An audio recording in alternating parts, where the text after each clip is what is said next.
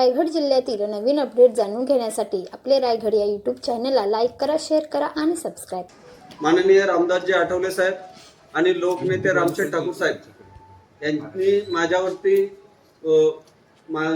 विश्वास दाखवून मला आरपीआयच्या माध्यमातून उमेदवारी दिलेली आहे. माझ्या बाजूला माननीय रायगड जिल्हा अध्यक्ष नरेंद्रभाई गायकवाड बसलेले आहेत आणि जिल्हा अध्यक्षांनी खूप मोठी जिम्मेदारी स्वीकारून या ठिकाणी मला उमेदवारी दिलेली आहे. मी त्यांचं पण मनपूर्वक आभारी आहे. आणि सांगायचं तर खरोखर कामोटेकरांनी ही निवडणूक जी आहे ते हातामध्ये घेतलेली आहे. अतिशय उत्स्फूर्त जनतेचा मला प्रतिसाद मिळत आहे आणि नक्कीच आमचे चारीच्या चारी उमेदवार या प्रभागातून निवडून येतील.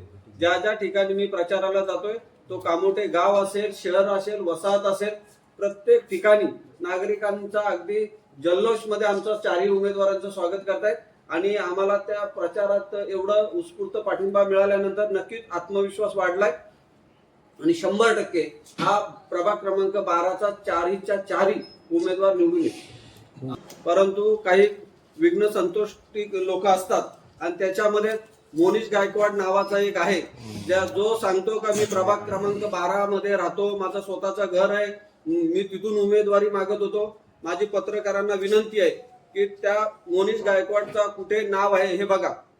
मोनिश काशीनाथ गायकवाड, त्याचा वार्ड बघा, काय बघा. दुसऱ्यावरती आयात केलेला म्हणून माझ्यावर जो आरोप करतो तो स्वतः कुठल्या प्रभागात आहे. त्यामुळे त्यांनी पहिला विचार करावा का दुसऱ्याकडे एक बोट दाखवत असताना 4 बोट आपल्या स्वतःकडे असतात. त्यामुळं आता ह्यानं सगळ्या लोकांना समजलेलं आहे की प्रभाकर कांबळेची ही सीट या ठिकाणी नक्की निवडून येते आणि त्याच्यामुळं त्यांना कुठेतरी वातावरण खराब करायचंय.